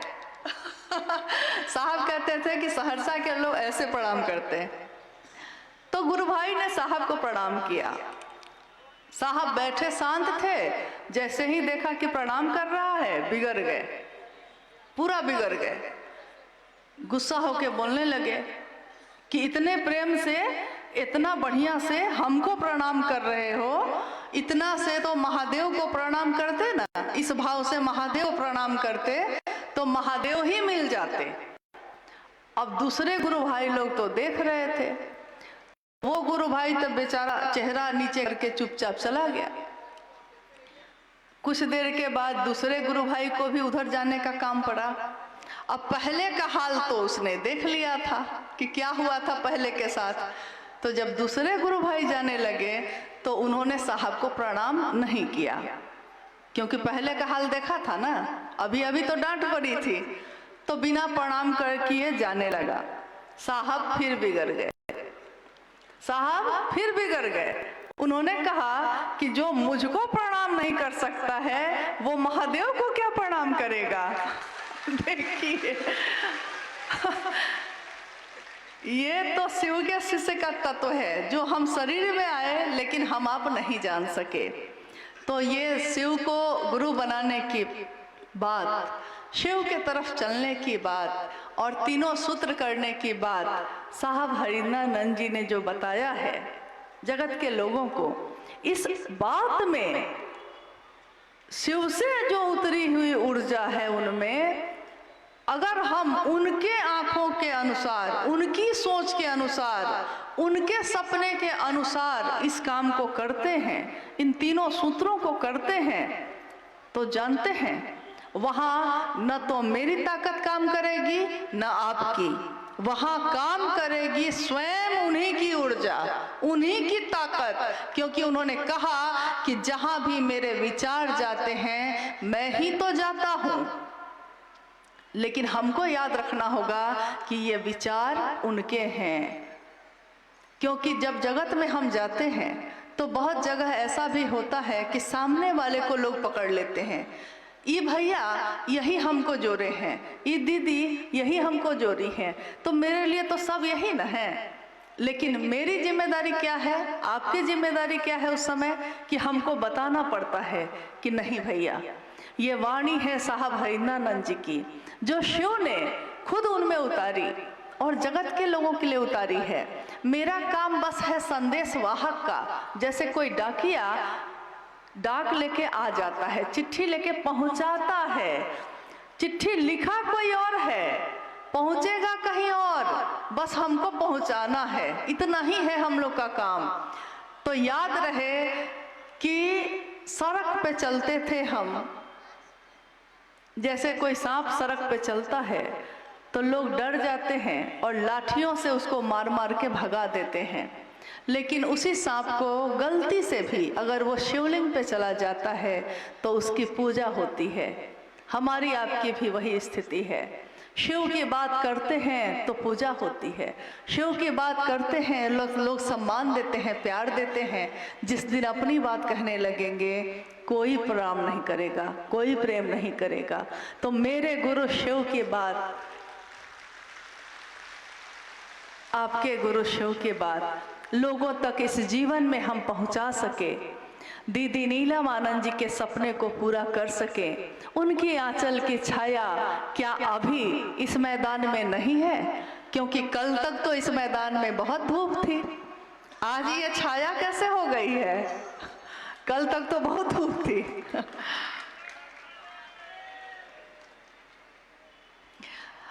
आइए, अगर हम लोग कोई जिज्ञासा है तो उस पर भी थोड़ी देर बात करते हैं। ये कार्यक्रम एक दिन खत्म हो जाएगा, आज ही खत्म हो जाएगा, आप भी चले जाएंगे, हम भी चले जाएंगे, फिर न जाने कब आना होगा भी कि नहीं, कोई नहीं जानता। यह जीवन कागज की पुरिया, बूंद परे घुल जाना है। मौत की एक बूंद कब पड़ेगी, कब हम एक दूसरे से इस शरीर में विदा ले लेंगे, कोई नहीं जानता। लेकिन मेरी अंतिम सांस, मेरे जीवन का अंतिम क्षण मेरे साहब के संकल्प को पूरा करते हुए गुजरे, मेरे गुरु की दया को खुद भी और दूसरों को भी अनुभूत कराते हुए गुजरे। माँ नीलम आनंद जी के जीवन में पूरे समर्पण को चरितार्थ करते हुए गुजरे, इसकी ही कामना है। आइए हम लोग कुछ जिज्ञासाओं पे बात करते हैं। स्थानीय गुरु भाई गुरु बहनों के द्वारा एक जिज्ञासा आई है कि क्या भगवान शिव की शिष्यता, क्या भगवान शिव की शिष्यता अन्य गुरुओं की शिष्यता से भिन्न है या एक ही है? शिव की शिष्यता, हाँ, भगवान शिव की शिष्यता अन्य गुरुओं जो पहले पूर्व के शरीरी गुरु आए, उन गुरुओं की शिष्यता से भिन्न है या एक ही है? भगवान शिव की शिष्यता और अन्य गुरु जो आए, गुरु या सदगुरु शरीर में जो आए, उनकी शिष्यता दोनों अलग है या एक ही है? जिज्ञासा ये है, यही है ना। जिज्ञासा में ही अंतर स्पष्ट है। भगवान शिव की शिष्यता और गुरु या सदगुरु की शिष्यता, इतना भारी अंतर है, इतना भारी अंतर है कि इसकी तुलना ही नहीं की जा सकती। मतलब इतना बड़ा अंतर है। जिस भगवान शिव की शिष्यता की बात की जा रही है, उनकी इच्छा में ये बल है कि कितनी सृष्टि बनती है और टूटती है। पल प्रति पल ये दुनिया टूट रही है, बन रही है। उनकी इच्छा में इतना बल है। शिव चाहें तो अहेतुकी होती है उनकी दया। वो जब चाहें जिसको शिव बना दें, जब जो चाहे जिसको दे दें, कुछ भी दे सकते हैं वो। तुम त्रिभुवन गुरु वेद बखाना। त्रिभुवन मतलब देवलोक, मृत्युलोक, नागलोक, यानी देवलोक हो गया जो आकाश के ऊपर एक जो है, धरती मृत्युलोक, धरती के नीचे जो पाताल लोक है यानी नागलोक। तुम त्रिभुवन गुरु वेद बखाना, तीनों भवनों के, तीनों त्रिभुवन के तुम क्या हो? गुरु हो। और बाकी क्या है? हैं गुरु, वो भी हैं, लेकिन क्षमता का अंतर है। आवेश है और गुरु में भी है। वो भी शरीर से रह के भी आपको हमको शिव की तरफ ले जा सकते हैं, लेकिन बहुत बड़ा लंबा रास्ता है, बहुत शक्ति युक्त भक्ति करने का रास्ता है। लेकिन शिव के साथ ऐसा नहीं है। शिव के साथ ऐसा है कि वो है क्या? आवेश रहित आवेश। अभी मैंने, जैसे इस माइक का ये तार है, इस तार को मैंने अपने हाथों से पकड़ रखा है, लेकिन इस तार के अंदर एक ऐसा करंट दौड़ रहा है, अगर उससे मेरा हाथ सट जाए तो यहीं के यहीं खत्म हो जाएंगे। लेकिन रबड़ चढ़ी हुई है, तो हम इसको घुमा रहे हैं, इसको हाथ में रखे हुए हैं, कुछ फर्क नहीं पड़ता। एक बच्चा भी आके इस पे पैर से रौंद सकता है, कोई दिक्कत नहीं है। लेकिन शिव आवेश रहित आवेश है। भगवान शिव की शिष्यता जगत के किसी भी जीव में भेद नहीं कर सकती। सारा आवेश रहते हुए भी वो अपने आवेश को एक रबड़ चढ़ाए हुए हैं, ताकि उनका शिष्य उन तक पहुंच सके। नहीं तो शिव तक तो हम पहुंच नहीं सकते हैं। और शिव की शिष्यता पूरे जगत के लिए है, यानी उसमें सारे लोग आते हैं, सारे जीव, सारे जंतु, सब के सब आते हैं। लेकिन शरीरधारी गुरु के साथ या सदगुरु श्रेणी तक के साथ ऐसा नहीं है। उनकी अपनी पसंद नापसंद है। सदगुरु श्रेणी के भी लोग अगर हुए हैं तो उनकी भी कोई ना कोई चीज़ ऐसी होती है जो उनको नहीं पसंद है, तो वो कहते हैं कि गृहस्थ आश्रम को छोड़ के आना होगा, ब्रह्मचारी बन के आना होगा, मांस मछली छोड़ के आना होगा, यानी कि पवित्र होके आना होगा। कुछ न कुछ उनका अपना एक दायरा बना हुआ है कि इस दायरे में तुम आओगे तो हम तुमको शिव की तरफ लेकर जा सकते हैं। लेकिन भगवान शिव की शिष्यता वो कहती है, कुछ नहीं आता है तुमको तब भी, पवित्र हो या अपवित्र हो तब भी, अमीर हो गरीब हो, अलग जाति के हो, अलग धर्म के हो, मतलब कोई भी अंतर अगर आपके मेरे बीच है इस धरती पे, लेकिन शिव के सामने ये सारी संकीर्णताएं तिरोहित हो जाती हैं, खत्म हो जाती हैं। इसीलिए शिव जगत के गुरु हैं। जगत के गुरु और बाकी गुरुओं में कोई तुलना ही नहीं है सब शिष्यता ही, रास्ता सब जाके वहीं मिलता है। लेकिन शिव जब स्वयं गुरु हो जाए तब फिर जब सूरज खुद निकल जाए तो सारे तारे छिप जाते हैं। नहीं, सूरज की रोशनी के बाद तारे नहीं दिखते, सूरज की रोशनी ही दिखती है। किसी व्यक्ति के चित्त में, किसी व्यक्ति इंसान के शरीर में जो आया है, उसके मन में अगर शिव बस जाए, उसके चित्त में एक ऐसा ज्ञान का सूरज दीप्यमान होता है जो जग को रोशनी से भर देता है। मन उजियारा जब जब छाए, जग उजियारा होए। मन में किसी के उजियारा आ गया है तो उसके मन के उजियारे से ये जग उजियारा हुआ है और साहब हरिदानंद जी के मन का अंधेरा दूर हुआ। शिव उन्हीं के मन में प्रवेश कर गए तो उनके मन से जुड़ के हमारे मन का अंधेरा भी दूर हुआ। हमारी क्षमता कुछ नहीं, लेकिन अगर एक पतला सा तार भी उसमें अपने को जोड़ ले तो उस तार की में भी वही रोशनी आ जाती है। रोशनी सबकी एक ही है। तो भगवान शिव की शिष्यता सब चीजों से अलग है। और कोई है?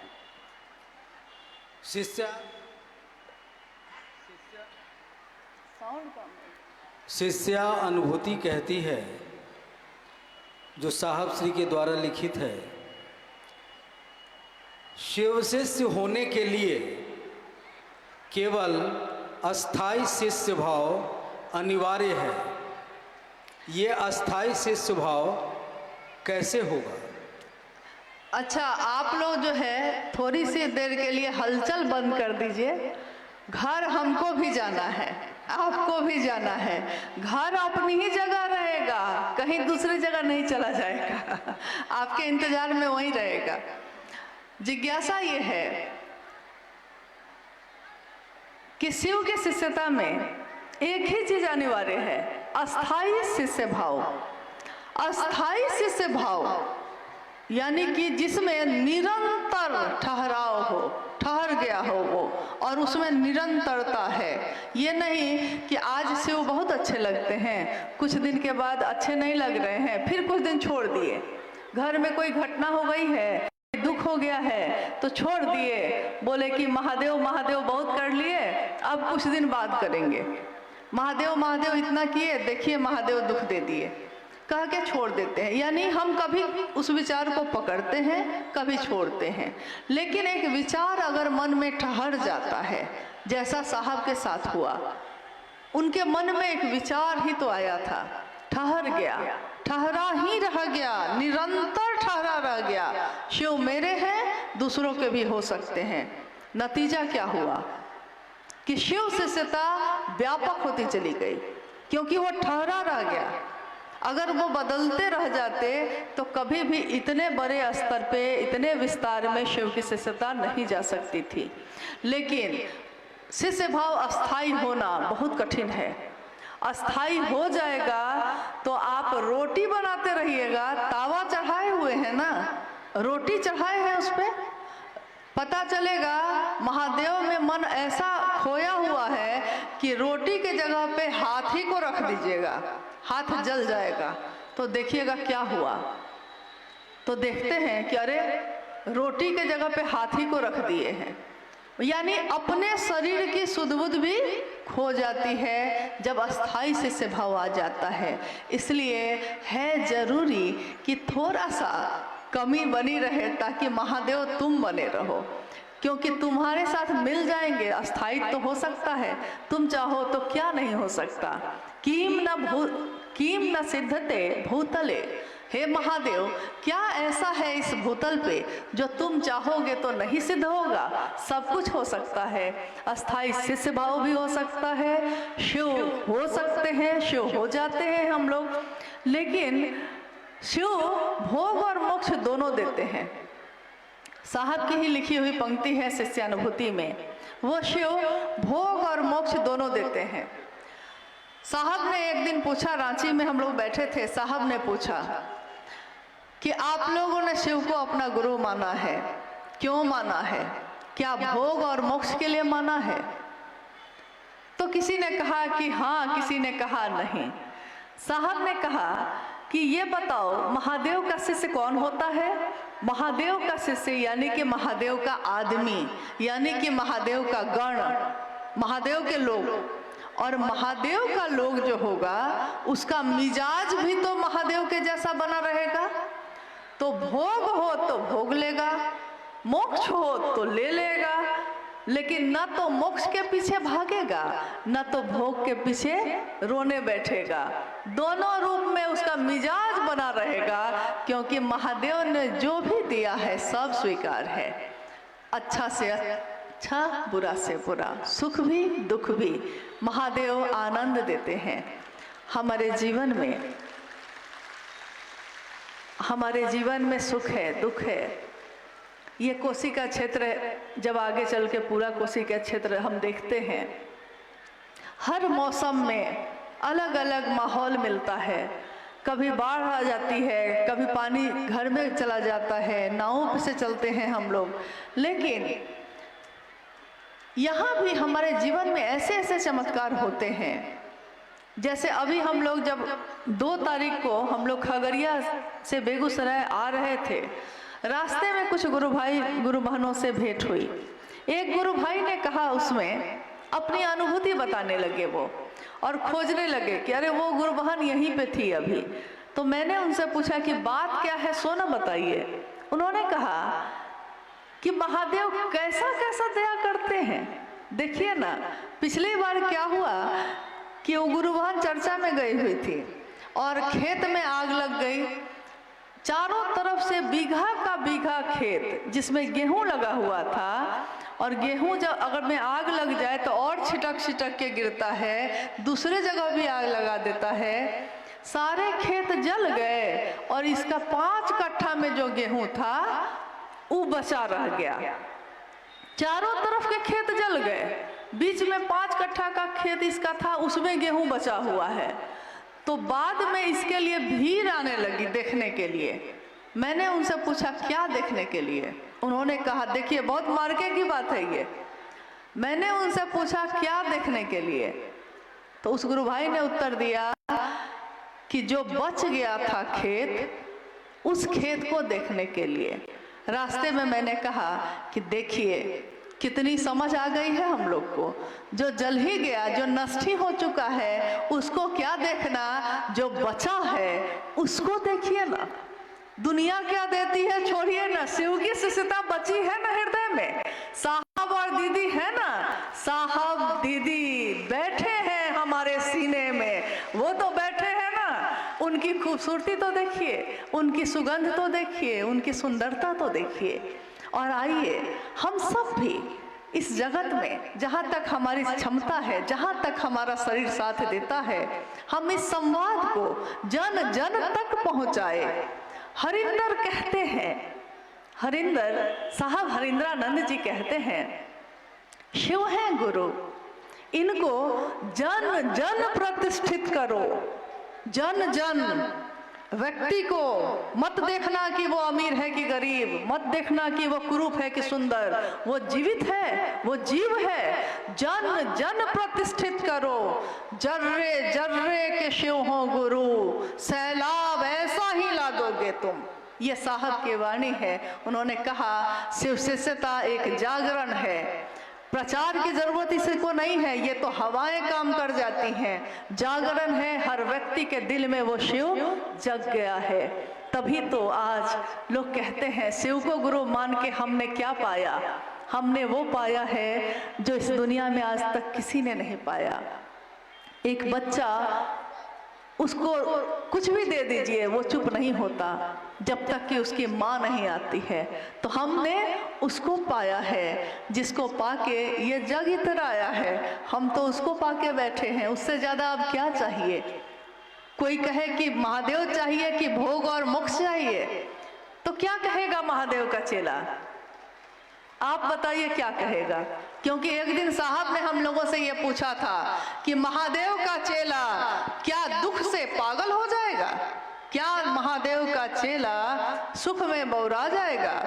भोग और मोक्ष दोनों रखे हैं और शिव खड़े हैं आपके वहां, आप किसको चुनिएगा।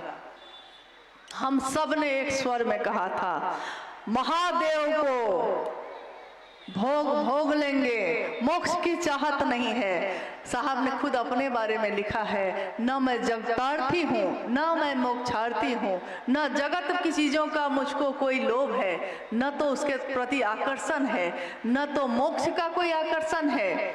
मेरे शिव मुझको अच्छे लगते हैं, बस अच्छे लगते हैं, इतने अच्छे लगते हैं, इतने अच्छे लगते हैं कि छाप तिलक सब छीनी रे तो से नैना मिला के। सारे छाप तिलक जब से तुमसे नैना मिल गई है, नैन मिल गए हैं। अब मुझको लगता है कि समय ज़्यादा हो रहा है और जिज्ञासा की जरूरत है। आप लोग जाना चाहते हैं या एक जिज्ञासा पे और बात हम लोग कर सकते हैं? मतलब समय है, बैठ सकते हैं, ठीक है। और तो ये एक जिज्ञासा पे और बात। हाँ, ये जिज्ञासा रविंद्र गुरु भाई फारबिसगंज अररिया कह रहे हैं कि बरखा दीदी से ही मुझको उत्तर चाहिए। हम अपने गुरु शिव के दया के पात्र कैसे बनेंगे? हम अपने गुरु शिव की दया के पात्र कैसे बनेंगे? हम अपने गुरु शिव की दया के पात्र कैसे बने?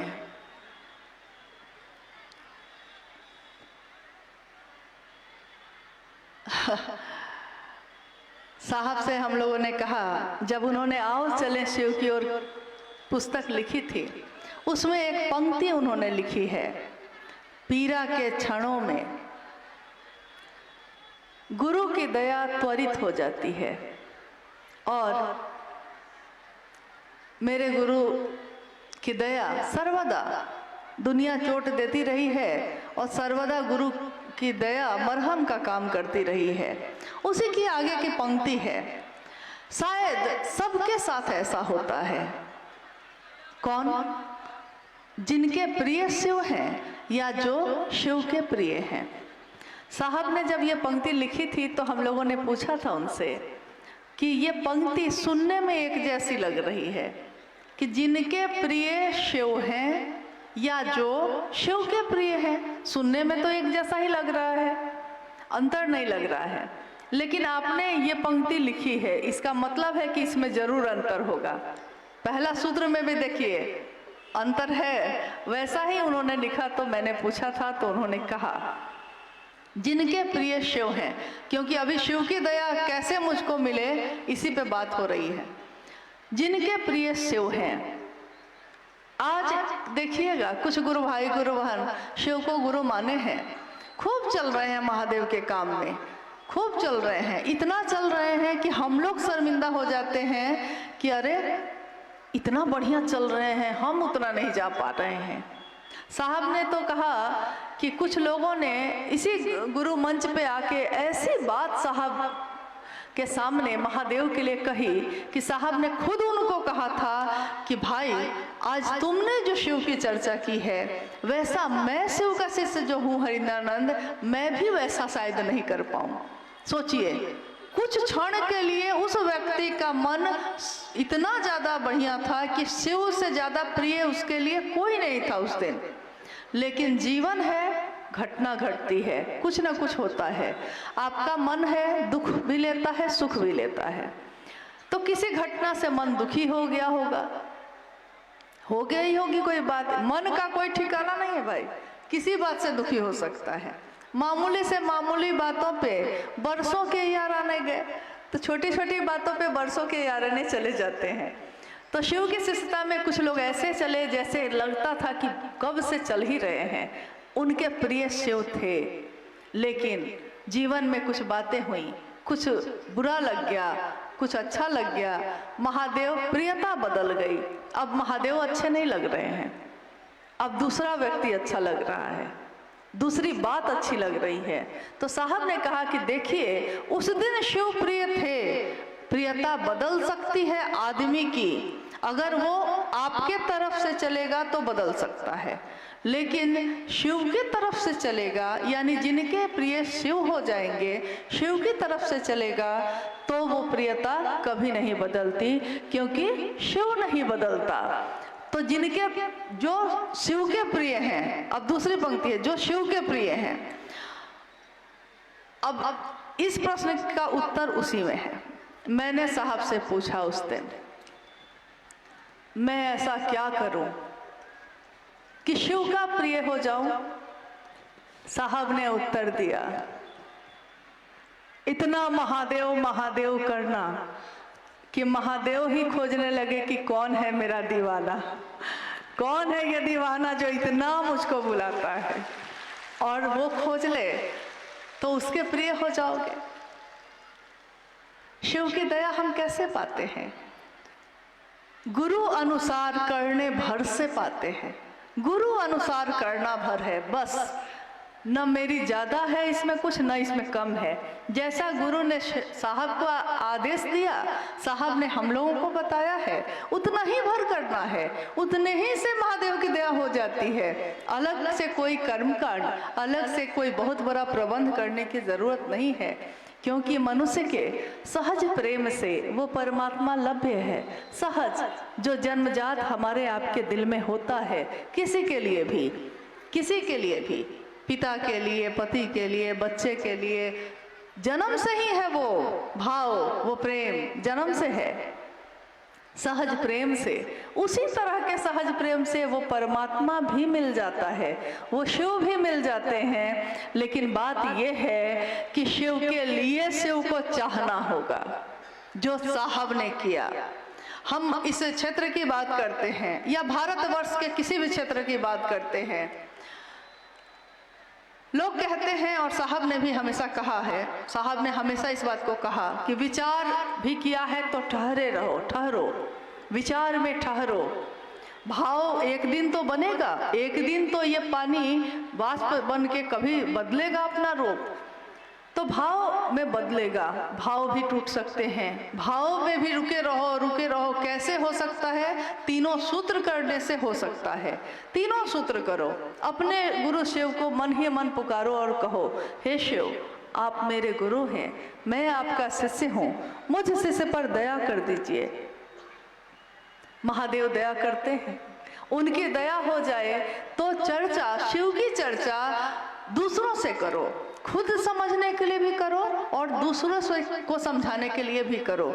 लेकिन शिव की चर्चा क्या हो? तमाशा नहीं है ये तमाशा नहीं है, ये खिलवाड़ नहीं है कि कहीं भी हम शिव चर्चाओं का आयोजन कर दें। बहुत सोचना पड़ता है, बहुत सोच समझ के करना चाहिए। ये नहीं कि मन नहीं लग रहा है तो यहाँ भी कर दिया, यहाँ भी कर दिया। शिव की चर्चा शिव भाव से संजात, शिव भाव से भींगा हुआ, प्रगाढ़, एकदम गहरा बना हुआ मेरे दिल में जो होगा वही ना हम आपके दिल को दे सकेंगे। जो मेरे पास होगा ही नहीं, हम आपको क्या दे सकेंगे? तो शिव की चर्चा स्वयं को और समूह को, दोनों को शिव भाव से आप्लावित करती है। दूसरा सूत्र, तीसरा, शिव को नमन करना। शिव को पंचाक्षर मंत्र से प्रणाम करने की बात भी साहब ने कही कि आप कर सकते हैं। नमः शिवाय मंत्र प्राचीन समय से ये मंत्र चलता आया है, लेकिन ये मंत्र शिव का प्राण मंत्र कहा गया। शिव के प्राण यानी शुरू में मैंने कहा अभी कि सबसे पहला तत्व बना था आकाश और शब्द बना था सबसे पहले। तो जैसे ही आकाश बना और शब्द बने, पहला शब्द बना था नमः शिवाय। नमः शिवाय यानी इस सृष्टि के बनने में, इस सृष्टि को प्राण देने वाला जो मंत्र है वो है नमः शिवाय। शिव के समग्र स्वरूप को, संपूर्ण शिव के स्वरूप को हम चले थे जगत गुरु शिव का सहारा लेकर, लेकिन वही शिव नीचे तक आकर, हमारे आपके चेतना के स्तर तक आकर धीरे धीरे अपने समग्र रूप से मिलवाते हैं। स्वरूप जो उनका है संपूर्ण, भगवान शिव के शिष्यता, भगवान शिव से मिलवाते हैं। नमः शिवाय मंत्र शिव के समग्र स्वरूप को प्रणाम निवेदित करता है। इन तीनों सूत्रों की परिधि में ही सब कुछ है। गुरु मानकर अगर किसी ने आपको 3 सूत्र नहीं बताया होता, तब भी आप क्या करते? ये साहब ने एक बार कहा था साहब ने कहा था कि मैंने जब शिव को गुरु बनाया था भगवान समझ के बनाया था, और मेरे पास 3 सूत्र नहीं थे। आपको मैंने दिया है लेकिन मेरे पास नहीं थे। मैं शिव का शिष्य बना या नहीं बना? बना कैसे? साहब ने कहा मेरे गुरु शिव ने मुझको अनुभूत करा दिया, बोध करा दिया कि उनकी दया के बिना यहाँ पत्ता भी नहीं हिलता है। शिव और शक्ति के प्रेम के बिना तो घास की एक पत्ती तक नहीं उगती। शिव की दया के बिना यहाँ कुछ भी नहीं होता, सब कुछ उनकी दया ही है। यह शिव ने बोध करा दिया तो उन्होंने पहला सूत्र बनाया। शिव की चर्चा करने से परिणाम आने लगा, और ध्यान कहा जाता है कि भारत देश में ध्यान की अनुपम विधा मानी गई है। ध्यान को बहुत अनुपम विधा मानी गई है। किसी एक बिंदु पे अपने मन को एकाग्र कर लेना, ठहर जाना, शांत हो जाना, यह है ध्यान। और शिव की चर्चा कोई कर्मकांड नहीं करती, लेकिन शिव की चर्चा करते करते हमारा मन सिर्फ अपने गुरु शिव पे केंद्रित हो जाता है। इसीलिए दूसरा सूत्र शिव की चर्चा ध्यान की अनुपम विधा है। आज तक हम लोगों ने कुछ न क्रिया न साधना, कुछ क्रिया न साधना, कुछ नहीं आता, न साधना न क्रिया न मंत्रों का जप, कुछ नहीं होता। बस महादेव महादेव रटते हैं। और देखिए शिव की चर्चा ध्यान की अनुपम विधा बन जाती है। तीसरे सूत्र में उन्होंने कहा कि शिष्य अपने गुरु को प्रणाम नहीं करेगा तो करेगा क्या? प्रणाम तो करेगा ना। तो उन्होंने इन तीनों सूत्रों को पिरोया और हम सबको दान कर दिया। ऐसा दान किया, ऐसा दिया कि अपना सर्वस्व ही दे दिया। लेकिन उन्होंने एक बात जरूर कही कि एक निष्ठता और समर्पण अपने गुरु के कार्य के लिए जरूर रखना। एक निष्ठता यानी गुरु कार्य में बेईमानी नहीं होनी चाहिए। न तो मेरे द्वारा न तो कोई दूसरा करता है तो उसको भी समझाने की कोशिश करिए कि वो ऐसा ना करे, क्योंकि ये शिव की शिष्यता है। महादेव की आंखें तुरंत लाल होती हैं। जितने वो करुणावतारम हैं उतनी ही उनकी आंख लाल भी होती है। उनको ये पसंद नहीं कि शिखर के शासन पर बैठकर कोई दूसरों पे शासन चलाए, ये शिव को पसंद नहीं। तो हम शिव के शिष्यों को भी ये काम करने की कोशिश कभी नहीं करनी चाहिए। कोई गुरु भाई गुरु बहन मेरा गुरु भाई गुरु बहन है, मेरा शासन उस पर नहीं चल सकता। गुरु का शासन चलता है, मेरा नहीं, आपका नहीं। चलिए, भगवान शिव की शिष्यता के बारे में हम लोगों ने आज बात की। साहब हरिंद्रानंद जी की वाणी को याद किया। हमारे साहब के साथ हम सब इस स्थान पे आए। अपने साहब से ये याचना है कि मेरे मन में फैले अंधेरे को ए साहब दूर करिएगा, सत्य की राह दिखाइएगा, क्योंकि हम लोग भ्रमित हैं, समझ नहीं पाते। ये हमारा दोष नहीं है, ये हो जाता है जगत में, हम जानबूझ के ऐसा नहीं करते। गलतियां होती हैं शिष्य से और गुरु माफ करते हैं। गुरु का रास्ता साहब हरिंद्रानंद जी ने दिखाया है, वो साहब भी हम सबको माफ़ करें, अपने गले से लगाएं। और गले से वो लगाते ही आए हैं। हम ही उनको कभी पकड़ते कभी छोड़ते रहे हैं, लेकिन उन्होंने हम सबको कभी नहीं छोड़ा। अगर उन्होंने छोड़ा होता तो हम सब आज यहाँ होते ही नहीं। आप सभी के चरणों में प्रणाम है। आप सब कृपया धीरे धीरे अपने घर को प्रस्थान करिए। हम सबका आना सफल हो, आप सभी के चरणों में प्रणाम है।